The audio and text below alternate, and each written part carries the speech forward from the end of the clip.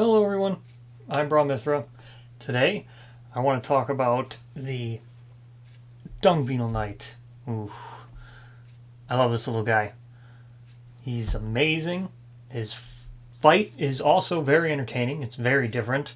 He's considered to be one of the, like one of the best expansions for Kingdom Death at the current moment. He's very hard to get a hold of. He's usually highly sought after on their third-party markets. But really, is he worth the price? Because remember, with every dung beetle, there's always going to be a dung ball. So let's take a look at him. We'll see just how great he really is. And this is the Dung Beetle Knight himself. His model is amazing. The Dung Beetle Knight comes with the resin dung ball. The dung ball is also amazing. He includes his AI cards. That includes level 1, level 2, level 3 versions of him. There's also his hit location deck, just like all the other expansions. He comes with resources, hunt events, terrain cards, disorders, fighting arts, secret fighting arts. He also includes a armor set. Like the other knights, he includes 3 tactics cards. He has 2 innovation cards, 1 settlement location, and a whole bunch of gear. Alright, and then look at all this gear. He comes with a lot of gear. As you can see, some of it is double-sided. We'll get into why the gear is double-sided. He also actually includes gear from the original game. Some weapons, and there's good reason for that. We'll get into it. Now, his sprues, as I was showing, I haven't built the minis for them yet. You can only get 1 female and 1 male survivor out of the sprues. And I just haven't made them yet because I haven't decided exactly how it is I want to make them, because you only get 1 chance. Not like the other normal expansions where you're going to get 4 gear sets, or 4 minis, 2 male, 2 female. So you can pretty much make a good combination of them. With this, you're only going to you choose what it is, and that's it. So let's get back to his rulebook now. So here is the Dung Beetle Knight's rulebook. Here's the rules to adding him to a current campaign or a new campaign. It's suggested that you don't add him until around Lantern Year 8, or specifically Lantern Year 8. Here's the rules that are included for expansion monsters, as with the monster level symbol that is included with all the expansions. He's got the rules here for calcified gear, rules for his resin dung ball, which is a piece of terrain. So it's got all the rules here. Very, very well explained. It's even got some cool interactions with a giant stone face. Here is the rumbling in the dark. As you can see, this one's going to nominate a female. You're going to get 1 permanent strength. I'm not going to go over the entirety of the story and what happens, but it's pretty good, and it results in you being able to hunt the Dung Beetle Knight as a quarry. Next, here we have the actual page that describes how to set up the hunt, and then his level 1, 2, and level 3 are listed here as long as everything else. The showdown setup is unique. As you can see here, you start in an odd location for survivors. Then it's got all his rewards, aftermath, and defeat. Alright, awesome. Now we got that explained. Let's go ahead. I'll tell you about his traits and stuff, what's so cool about him, how his fight's a little bit different. So let's go ahead. We'll set him up. We need a baller. Okay, got that. Power forward. Okay, baller. Power forward. Separation anxiety, that's important. That's a cool one. And then heavy load, we got that. Now, prepared tunnels.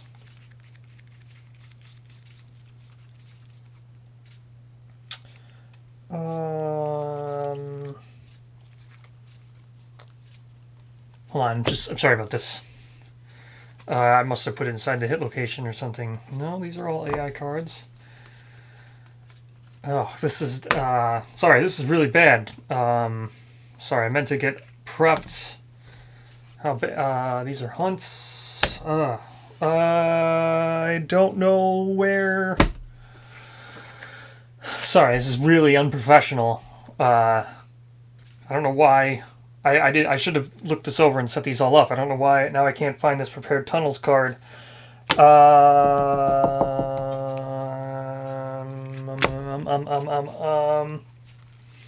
You know what? Maybe this is wrong. I'll just look at the AI card, right? I'll look at the AI card. Nope. The AI card also says prepared tunnels. I don't have that. There's nothing here that tells me what it does. Oh, this is... Sorry. Alright. Oh, you know what? I bet it's supposed to mean ground pound.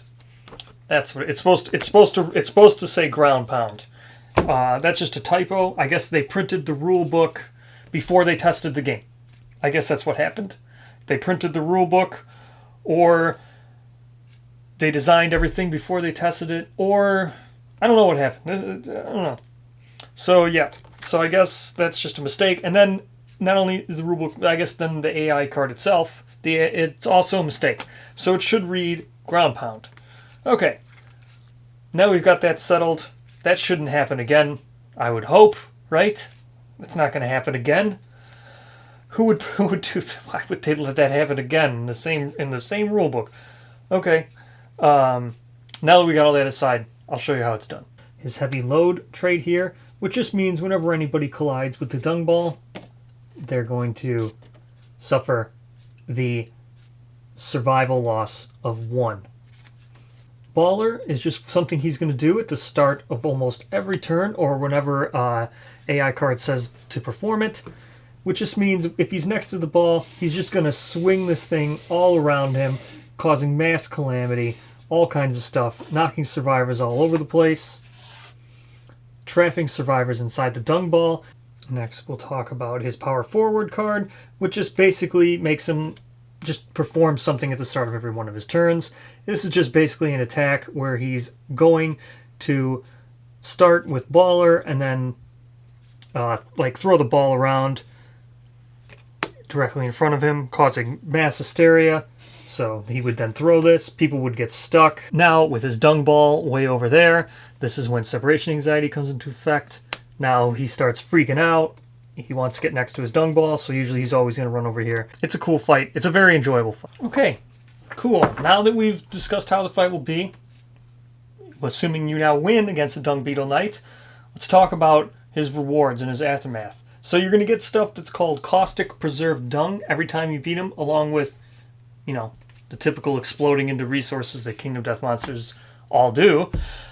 The Caustic Preserved Dung is good for the Underground Sow event. And you get the Underground Subterranean Agriculture by doing the Spelunking of Death event that happens at the end of the Dung Beetle Knight. So let's look at that. And so as you can see here, Spelunking of Death is going to be a 3-step process. There's a 30% chance, so 7+ will get you on to the next step, which is the Trial of Valor step. And you now need a 10+, but at least you get to add your courage this time.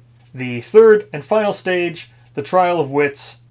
Alright, I'm just going to stop here for a second. Spelunking of Death itself is bad. It's the Subterranean Agriculture is all you want to do from the Spelunking of Death event. The Spelunking of Death event itself leads to the Hidden Crimson Jewel item. That's the ultimate reward for the Hidden Crimson Jewel. Now, in the original Kingdom Death 1.0, this was a lot more powerful than it is now. In Kingdom Death 1.5, you can gain lifetime rerolls, which is essentially what this does, except it doesn't go away. It's just a reusable, once per phase reroll, which is good. It's good, but I don't know if it's really worth going through Spelunking of Death, because ultimately what Spelunking of Death is going to be is you're either going to send an amazing survivor down there with 8+ understanding. Even if you have 8+ understanding, or 8 understanding, you're only going to have an 80% chance at getting this. Otherwise, you're going to get +1 luck, which is good. But that's saying if you're doing it with an 8 understanding survivor. If you're not doing it with an 8 understanding survivor, you're just going to have a 70% chance to die, and then 10% less for each understanding. So you just go in, 70% chance for that person to just die. And then, assuming they also make it through the other 2 steps. This is the 3rd step. The other 2 steps of this, they're not as likely to die, but it's just Kingdom Death charts. It's just one bad roll, you're just going to instantly die. The first one, you can just roll 1 and instantly die. It's just... I wish there was something more innovative than just rolling on a chart and dying. But that's what Kingdom Death is, and that's what Spelunking of Death is. It can be avoidable now that 1.5 gives you the once-in-a-lifetime resources. However, Subterranean Agriculture, that innovation is awesome. That's this innovation. So here are the 2 innovations that come with the Dung Beetle Knight. Roundstone Training is awesome because it just gives you access to the 2 Dung Beetle Knight fighting arts. More expansions should do that. More expansions should just give you a way of getting the fighting arts that are included in the expansion. And then Subterranean Agriculture is how you do the farming. So the reason why I want to start with the farming before I explain the gear is that way you can understand the process that's involved for calcifying gear. And then I'll explain the regular version and the calcified version of the gear.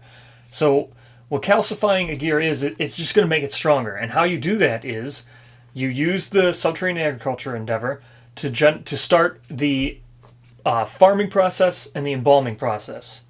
So this is an endeavor you want to do most likely at the end, not near the end, after you've already endeavored elsewhere, because farmers and embalmers, they can't endeavor anywhere else in that settlement event. So what a farmer does is they dig the holes. Now basically, of course, it's going to be a D10 chart. Now you can increase your chances of success on the chart by having more farmers. Each farmer adds an extra dice. But of course, everything's a D10 chart. Everything is a D10 chart in this game. I wish there was other methods of playing this game, but everything's just a D10 chart. And then it's always, you're going to die or you're going to succeed. And that's the case with both of these, embalming and farming. But what's really awesome about it is it's really worth it. And it's a cool... It actually takes advantage of the fact that, things take time, and this game involves around time and lantern years and multiple years passing. So it's one of the cool things about it is you can bury your gear, and then it takes a certain amount of lantern years before you can dig it up. So that's a neat thing.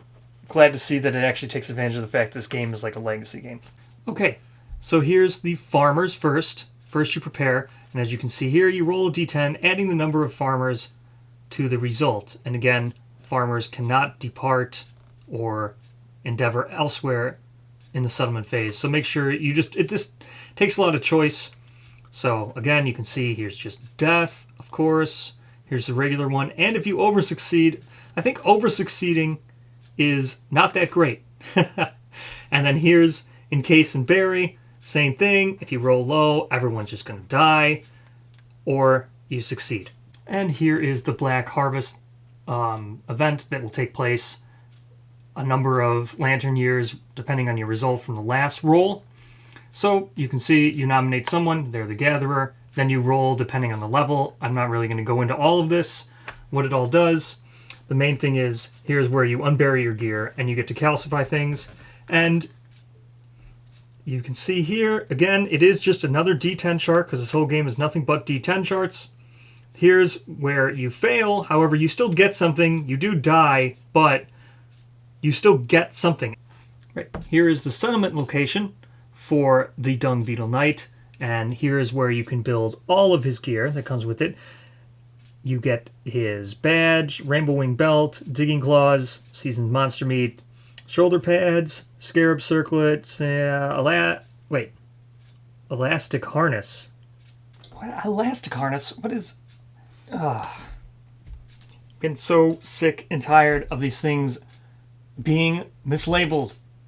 I don't understand. So, what is an elastic harness? Elastic harness. I don't know.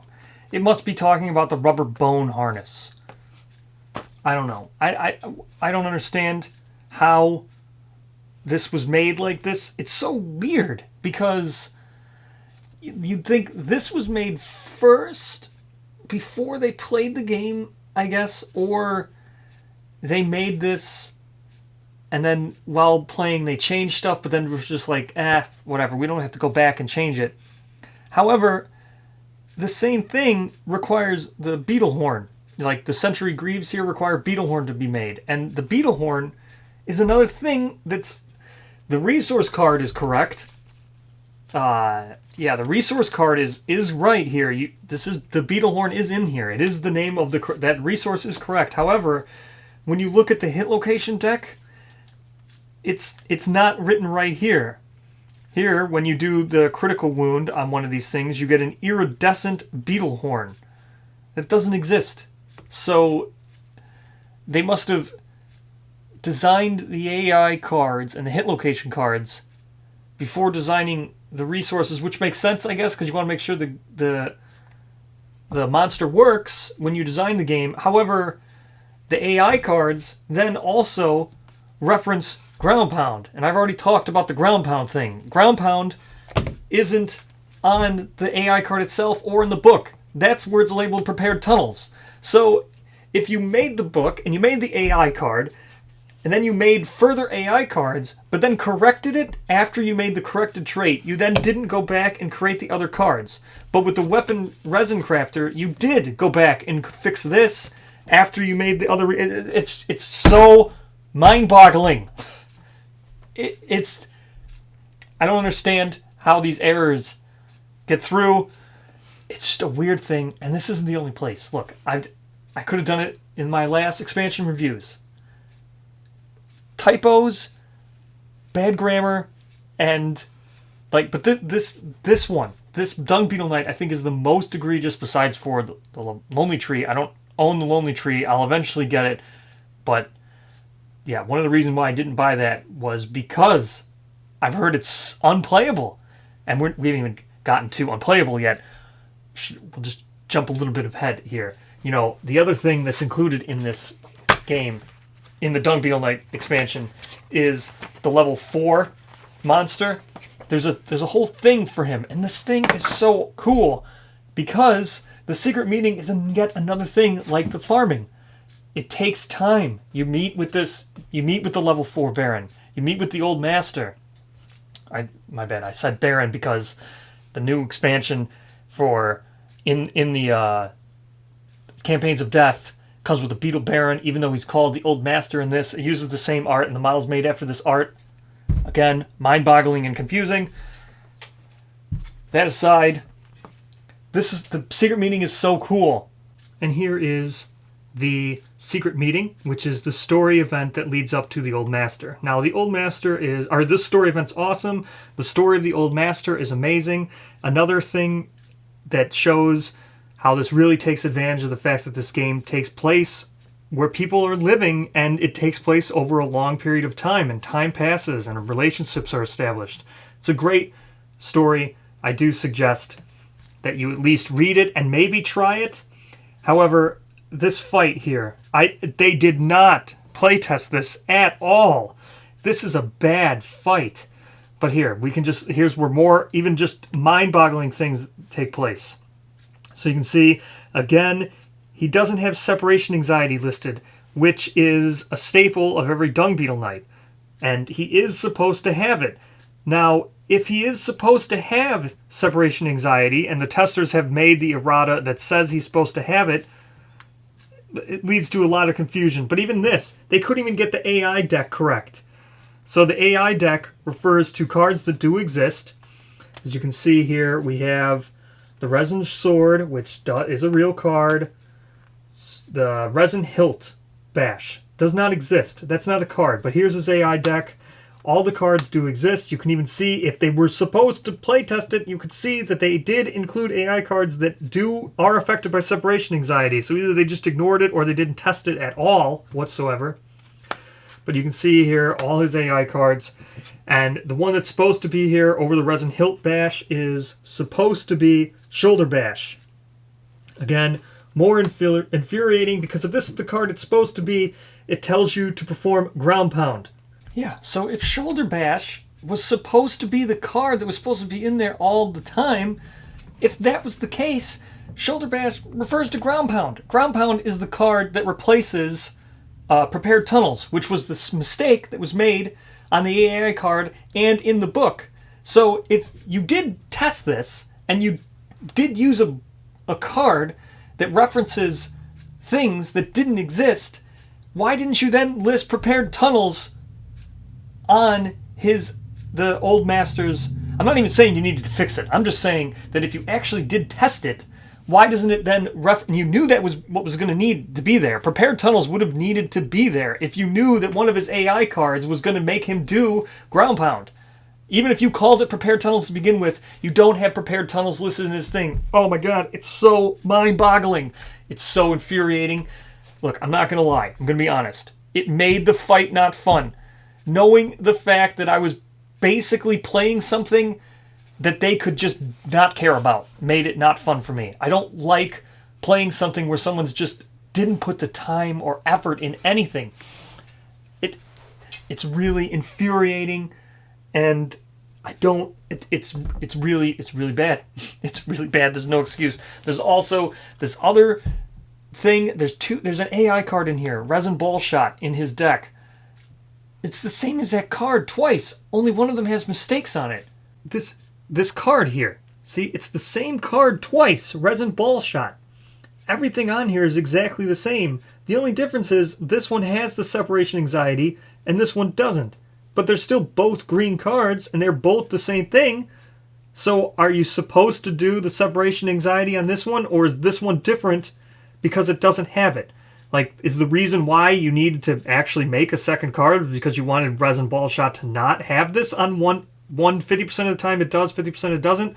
Or did you just make a second card for some reason, name it the same exact thing, and then forget to put it there? But if that was the case, why didn't you just have this card printed twice? Why would you take the time to make up a second card? All right, that's it. I can't. All right, we're going to something, because I love this expansion. I agree with people. This should be one of the expansions that you add. We're just going to forgive all of that stuff, which I don't endorse. All right, that's another thing. I don't endorse just forgiving all of this. A lot, when you read Kickstarter comments and everything, a lot of that, they just say, whatever. He's amazing at everything he does. Don't question him. And you can tell from the White Giggle line, I've already reviewed that, these problems aren't going away. Thoroughly testing, doesn't seem to change. And I want to highlight this because I fear that laziness, delaying, and things, it's going to continue in the new expansions, Campaigns of Death. It's going to continue.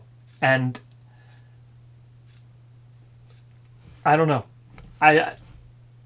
Hopefully it doesn't. Let's be optimistic. Again, I love this expansion. Let's get back into the awesome things. And speaking of awesome, rolling armor, the set itself, and how the armor is done in this expansion specifically is amazing. And it paints such a bright future for Kingdom Death, because Campaigns of Death has hybrid armor sets. And these, I think, are going to give us a taste of hybrid armor sets. So here is the rolling armor itself. It adds 2 to all hit locations. And when you would be knocked down, instead you just suffer knockback 5, which is fine. And then, as you can see, the armor itself, you can use either the regular version or the calcified version of the armor. Both will work. So the errant badge is okay. It allows you to draw the tactics cards, and it also makes your guys a little bit tankier. So you have Scarab Circlet, which is great. It adds +1 to all hit locations, and whenever you reach 0 survival, you gain a strength token. So now what I'm showing you is the calcified versions of these weapons, and as you can see, you get the Digging Claw, which is the Qatar, and it has a 1 speed, which is notable because most Qatars, the problem with them is they have a really high speed. And as you can see, we have calcified Zimbardo, which is, yes, the original Zimbardo. You can take the original Zimbardo from the game, you can calcify it, and what it does is it removes the frail, so it's no longer a frail weapon, so that's amazing. The Juggernaut Blade needs to be calcified in order to really be effective. However, it's a one-handed grand weapon. Then you have the Rainbow Wing Belt, which is allowing you to re-roll any 1 during an attack. Granted, it is only once per attack, but still, that is amazing. And lastly was the Trash Crown. But the Trash Crown I kind of want to talk about a little bit more. The Trash Crown is the reward for the Black Harvest. And that's if you fail calcifying your gear, you will get the Trash Crown as your second place. It's you get it. Now the Trash Crown is a way of manipulating hit location deck. You draw 4 cards, look at them. If they are not the trap, you can discard 3 of them and put the remaining one right on top. So that's great for things like the Kingsman. So, you might want to fail. Get the Trash Crown. If you do this early enough, you have to fight a level 2 Kingsman, and in 1.5 you're going to have to fight a level 3 Kingsman. So, why not, right? If it's going to make a Nemesis monster that much harder, or a Nemesis monster that's that hard, that much easier, almost to the point where most of his threats just mitigated, yeah, the Trash Crown. I say you should go for it. It's not that bad. And that's the great thing about this. It's not just always bad. More of the events here should give you a, somewhat of a consolation prize. Even if you didn't get the best thing, maybe you get something that's not, as good as what you were going for. But it's not just death. I mean, you still die from getting the Trash Crown, but the Trash Crown's good, so. And the armor, like I said, I never built these.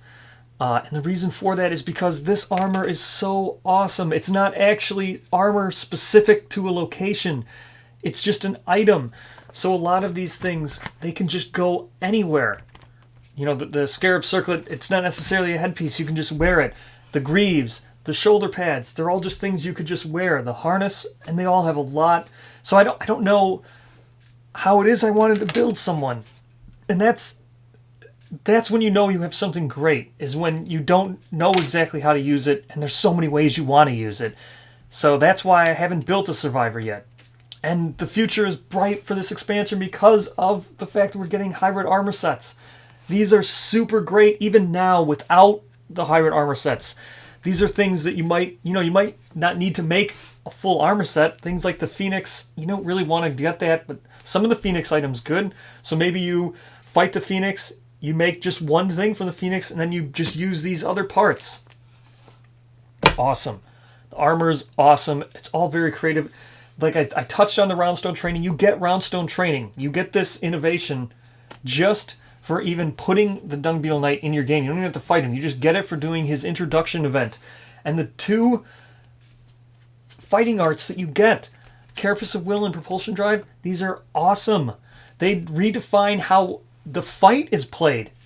One of them has to do with the amount of movement, just like the Screaming Antelope armor set. And the other one rewards you for just not moving. It changes the way the fights are done. Same thing with the tactics cards.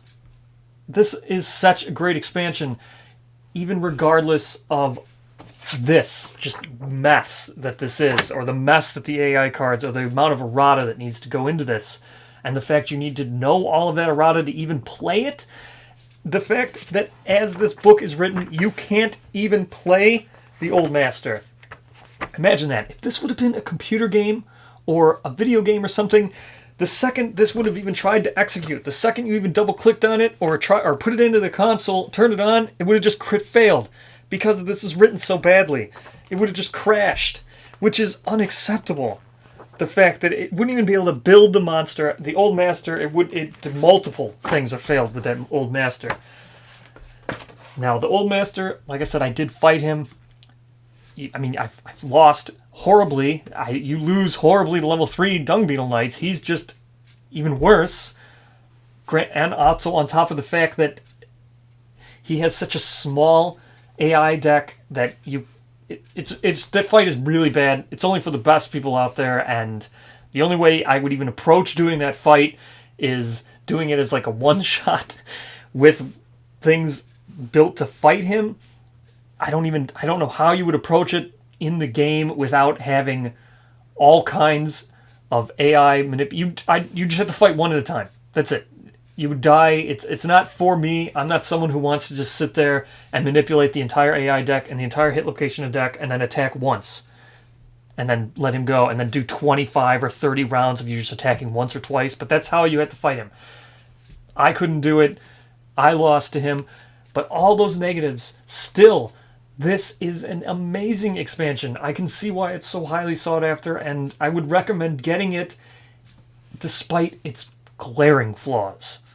The harvesting event makes the regular Zenbattle so much better. It integrates so well into just the core game. If this was the only expansion that you added, it still integrates so great because of the fact that the core game stuff is enhanced by this. The fact that you don't need to make the entire armor set to utilize it. You can just make 1 or 2 pieces of armor and then utilize it just with the core game, and you're fine. You don't need the entire armor set. These armor individually, each piece, I shouldn't even call it armor, it's just each piece of gear that you wear is awesome and can be utilized in a magnitude of ways. I love this little guy. I love this expansion. His future is very bright, and I'm so glad that I have him.